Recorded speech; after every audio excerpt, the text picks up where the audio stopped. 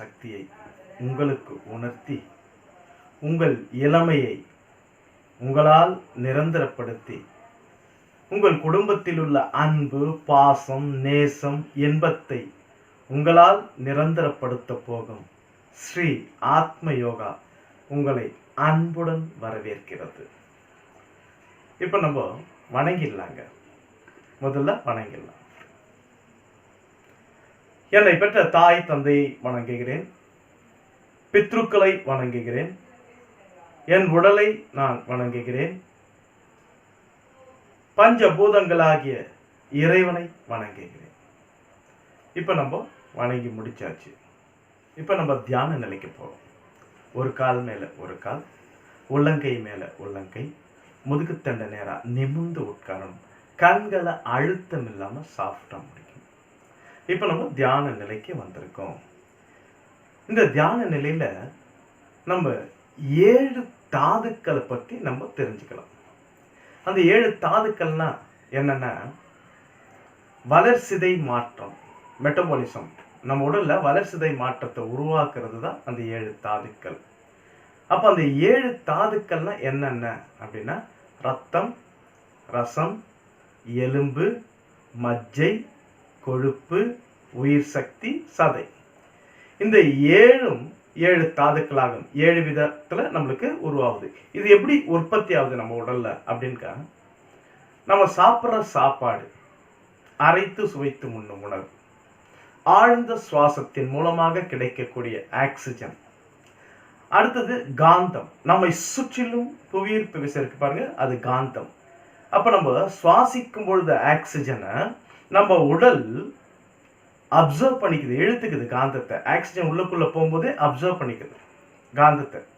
அந்த ஆக்சிஜனும் காந்தமும் உணவும் சேர்ந்து, அடுத்தது நம் உடல் உறுப்புகளில் சுரக்கக்கூடிய இன்சுலின் திரவம் சேர்ந்து, மூன்றும் ஒன்றாக கலந்து நமக்கு 7 தாதுக்களை உருவாக்குகிறது. அந்த 7 வித தாதுக்கள் தான் இப்ப நம்ம சொன்னோம் பாருங்க, ரத்தம், ரசம், எலும்பு, மஜ்ஜை, கொழுப்பு, உயிர் சக்தி, சதை. இந்த உடல்ல, நம்ம உடல்ல ரத்த தாது குறையும் பொழுது, அதாவது ரத்தத்தோட சக்தி குறையும் பொழுது எப்படி குறையுதுன்னா, நம்ம ஆக்சிஜனை நம்ம உடல் உள்ளுறுப்புகள் ரத்தத்தின் மூலமாக பெறுகிறது. நம்ம ஹார்ட் பம்ப் பண்ணுது, நம்ம சுவாசிக்கிறோம், ஆக்சிஜன் லங்ஸுக்கு போகுது, அங்கிருந்து ஹார்ட் போய் ஹார்ட் பம்ப் பண்ணோன்னா நம்ம உடல் முழுவதும் ஆக்சிஜன் கொண்டு போகுது ரத்தம். அப்போ ரத்தம் எல்லா இடத்துக்கும் கொண்டு போகுது நம்மளோட பிளட்டு. அடுத்தது எல்லா இடத்துக்கும் கொண்டு போய் கொடுத்துட்ட உடனே அது சக்தியை இழக்குது, பலவீனமாயிடுது. அடுத்தது அந்த பலவீனத்தை பலப்படுத்தணும். அப்போதான் நம்ம தாதுக்கள்ல இந்த ரத்த தாது உருவாகுது பாருங்க, அதுல மிங்கில் ஆயிடுது. அப்போ ரத்தம் பலமாயிடுது மறுபடியும். அப்போ ரத்த தாது நம்மளுக்கு தேவை. ரசம் அப்படின்பது நம்ம உடல்ல ஏதாவது ஒரு இடத்துல அடிபட்டுடுச்சுன்னா, காயங்கள் ஏற்பட்டா, அந்த காயங்கள் ஆறுவதற்கு ஒரு நீர் மாரி வரும். அந்த காயம் இந்த இடத்துல ஒரு திரவம் மாரி வரும், தண்ணி மாரி வரும். அது பேர் தான் ரசம். அது வந்தாதான் அந்த இடம் ஆறும், இல்லைன்னா ஆறாது. அதாவது டயபெட்டிஸ் பேஷண்ட்கெல்லாம் பார்க்கலாம், அந்த இடத்துல நீர் வராது, அது காயம் ஆறாது. ஏன்னா 7 தாதுக்கள்ல 100% சக்தி இல்லை. அப்போ அந்த ரசம் என்பது காயத்தை ஆற்றக்கூடிய சக்தி உடையது. அப்போ அந்த ரசம் தேவை, ரசவித்து. அந்த ரசத்தாத நம்மளுக்கு மாறுது. அடுத்தது எலும்பு. நம்ம உடல் முழுவதும் உள்ள எலும்புகள் அனைத்தும் தேய்வடையக்கூடியது. ஏன்னா நம்ம நிற்கிறோம், நடக்கிறோம், உட்காரணும், இதுல எலும்புகள் தேயுது. இது எல்லாருக்குமே எலும்புகள் தேயும். அப்போ அந்த எலும்புகள் தேயும் போது மறுபடியும் புதுப்பிக்கணும் எலும்பை. அப்போ அந்த எலும்புத்தாது நம்மளுக்குள்ள உருவாது பாருங்க. அந்த எலும்புத்தாது அந்த எலும்புகள் தேய்ந்த இடங்களில் ஃபில் பண்ணி அதை தேய்வுகளை சீர்படுத்துகிறது. அடுத்தது மஜ்ஜை. மஜ்ஜைன்னா என்னன்னா, நம்ம எலும்புக்கு உள்ள மஞ்சள் நிறமா கொழுப்பு மாதிரி இருக்கும், எலும்புக்கு உள்ள மஞ்சள் நிறமா கொழுப்பு மாதிரி இருக்கும், அது பேர் தான் மஜ்ஜை. அந்த மஜ்ஜை தாது பலமாக இருந்தால் நம்ம எலும்புலாம் ஸ்ட்ராங்கா இருக்கும். அந்த மஜ்ஜை தாது பலவீனமாக இருக்கும் பொழுது சாதாரணமா எல்லாரும் அப்படி விழுந்த உடனே எலும்பு உடைஞ்சிடுச்சுன்றாங்க பாருங்க. அந்த எலும்பு உடையிற காரணம் மஜ்ஜை தாதுவின் சக்தி குறைவாக இருப்பதால். அப்ப நம்மளுக்கு மஜ்ஜை தாது உருவாகிறதுக்கு இந்த எலும்பை உறுதியா வச்சிருக்கிறதுக்கு காரணம். அடுத்தது கொழுப்பு தாது. அந்த கொழுப்பு தாது இந்த 7 தாதுக்கள்ல கொழுப்பு தாது ஒண்ணு இருக்கு. அந்த கொழுப்பு தாதுன்னா நம்ம இணைப்புகள் இருக்கிற இடத்துல எலும்புகள்லாம் இணைஞ்சிருக்கு, முட்டி கிண்ணம், அப்புறம் நம்ம இணைஞ்சிருக்கு பாருங்க, ஷோல்டர் இணைப்பு, அடுப்பு இடுப்பு இணைப்பு, இந்த இணைப்பு இருக்கிற இடத்துல போய் ஃபார்ம் ஆகும் இந்த கொழுப்பு தாது. ஏன் அந்த இடத்துல ஃபார்ம் ஆகுது அப்படின்னா, சாதாரணமா நம்மளுக்கு எலும்பு தாது 100% சக்திக்கு உற்பத்தி ஆகுது. ஆனா அந்த எலும்புலாம் அந்த இணைப்பு எலும்புகள்ல தேய்கிற தேய்வு 150% மேல நம்மளுக்கு எலும்பு தாது தேவைப்படும். ஆனா நம்மளுக்கு உருவாகிறது 100%. அப்ப அந்த 100%ல நம்ம எலும்பு எல்லாம் புதுப்பிக்கணும், அந்த முட்டி எலும்பு, இந்த இணைப்பு எலும்புலாம். அதுக்கு அந்த கொழுப்பு தாது போய் அந்தந்த இடத்துல ஃபார்ம் ஆகுது. இங்க அதிகமா தேயக்கூடிய இடம் எதுனா எலும்பு, அந்த முட்டி கிண்ணம், நம்மளுக்கு இணைப்பு இடத்துல அதிகமா தேயும். அந்த இடத்துல கொழுப்பு தாது படிஞ்சோம்னா சாதாரண எலும்பு எவ்வளவு தேயுதோ அந்த அளவுக்கு தான் முட்டி கிண்ணமும் தேயும், அந்த இணைப்பு எலும்புகளும் தேயும். அப்போ அந்த எலும்பு தாது சீரான நிலையில 100% நம்மளுக்கு கிடைக்கிறது, நல்லா புதுப்பிச்சிடும். அதுக்கு தான் கொழுப்பு தாது நம்மளுக்கு தேவை. இதே கொழுப்பு தாது நம்மளுக்கு சீரான நிலையில இல்லைன்னா, அதாவது பலமே இல்லைன்னா, முட்டி கிண்ணம் அங்கெல்லாம் தேஞ்சதா இருக்கும், மறுபடியும் புதுப்பிக்க முடியாது, அவ்வளவு சக்தி நம்ம கிட்ட கிடையாது, அப்ப புதுப்பிக்க முடியாது. அப்ப கொழுப்பு சக்தி தாது நம்மளுக்கு தேவை. அடுத்தது சதை. நம்மளுக்கு சதை கிழிஞ்சிடுச்சுன்னா கொஞ்ச நாள்ல பாருங்க அது நல்லா கூடிடும். அந்த சதை தாது இருந்தால் தான் கூடும், இல்லைன்னா அது கூடாது. அடுத்தது உயிர் சக்தி. நம்ம உடல்ல உயிர் சக்தி உற்பத்தி ஆகிற இடம் எதுனா, அதாவது ஒரு திரவம் உற்பத்தி ஆகும். உயிர் சக்திக்கு ஒரு திரவம் உற்பத்தி ஆகும். முதுகுத்தண்டு, நம்ம முதுகுத்தண்டு அதாவது சங்கிலி மாரி இருக்கும். அந்த முதுகுத்தண்டு சங்கிலியா இருக்கும் நம்மளுக்கு முதுகுத்தண்டு. அது முடியும் இடத்தில் மூலாதாரம், 2 இடம் பிரிகிற இடத்துல மூலாதாரம். அந்த முதுகுத்தண்டு மத்தியில ஒரு நரம்பு வருகிறது. அந்த நரம்பு மூலமாகத்தான் நம்மளுக்கு பிரெயின்ல இருந்து ரத்தம் மூலமாக ஆக்சிஜன் மூலாதாரத்தில் உள்ள உயிர் சக்திக்கு கிடைக்கிறது. அப்பதான் உயிர் சக்தி பலமா இருக்கும். அப்போ மூலாதாரத்தில் ஒரு திரவம் சுரக்குது. அந்த திரவத்துல நம்ம 7 தாதுக்களின் கலவை கலந்தோம்னா அது உயிர் சக்தி தாதுவா மாறுகிறது. அப்ப உயிர் சக்தி தாதுக்கு தேவையானது என்னன்னா ஆக்சிஜன். அந்த ஆக்சிஜன் பிரெயின்ல இருந்து முதுகுத்தண்டு மத்தியில வர நரம்புல கிடைக்குது. அதனாலதான் நிமிர்ந்து உட்கார வேண்டும், நிமிர்ந்து நடக்க வேண்டும், அது சொல்றது வழக்கம். ஏன்னா குனிஞ்சன்னா அழுத்தம் கிடைக்குது, அது பிளாக் பண்ணுது.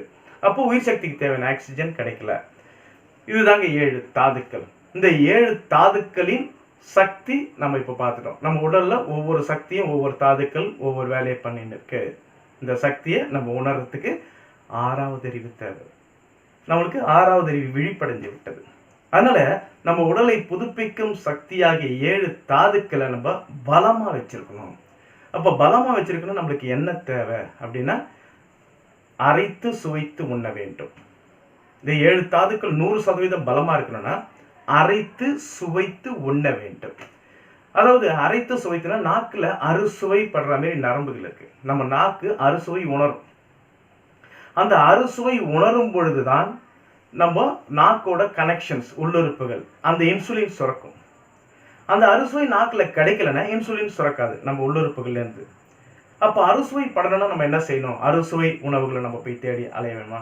தேவையில்லை. இயற்கையிலேயே இறைவன் இவ்வுலகில் படைத்த அனைத்து உணவுகளிலும் அறுசுவையை கொடுத்திருக்காரு. சாதாரண ஒரு இட்லி சாப்பிட்டு பாருங்க, ஒரு ஒயிட் ரைஸ் எடுத்து சாப்பிட்டு வாயில போடும்போது ஒரு சுவை, மெல்லும் போது ஒரு சுவை, அரைக்கும் பொழுது ஒரு சுவை, முழுங்கும் போது ஒரு சுவை. அப்ப அறுசுவையும் கிடைச்சிருது. அறுசுவை அப்படின்னா என்னன்னா, இனிப்பு, கசப்பு, துவர்ப்பு, கார்ப்பு, உவர்ப்பு, புளிப்பு. ஸோ இந்த அறுசுவையும் எல்லா உணவுலையும் இருக்கும். அதை அரைச்சி சுவைச்சு சாப்பிட்டா தான் தெரியும். அதனாலதான் அரைச்சி சுவைச்சு சாப்பிடுங்க அப்படின்னு சொல்றது. அப்போ அந்த அறுசுவை உணவு அங்க கிடைச்ச உடனே உள்ளுறுப்புகளை இன்சுலின் சுரக்கணும். ஆனா இன்சுலின் சுரக்கல அரைச்சி சுவைச்சு சாப்பிட்ட கூட. ஏன்? உடல் உள்ளுறுப்புகள்ல தடைகள். நம்ம ஏற்கனவே அந்த தடைகளை பத்தி சொல்லியிருக்கோம். தூசிகள், கிருமியினால் உள்ளுறுப்புகள்ல தடைகள் ஏற்படுது. அந்த தடைகளினால் அந்த உணர்வுகள் போய் அந்த உள்ளுறுப்புகள் போய் அடைந்தாலும் அது இன்சுலின் சுரக்க முடியல. ஏன்னா தடைகளால் உள்ளுறுப்புகள்ல தூசிகள், கிருமிகள் படிந்து இருக்கின்றன. அப்ப வெளியே வர முடியல இன்சுலின். அப்ப அது வெளியே வரதுக்கு என்ன செய்யணும்? ஆசனங்கள். ஆசனங்களின் மூலம் அந்த தடைகளை எடுத்தாதான் நம்மளோட அறுசுவை நாக்குல பட்டு அந்த இன்சுலின் உள்ளுறுப்புகள் இருந்து சுரக்கும். அப்பதான் 7 தாதுக்களை உருவாக்க முடியும்.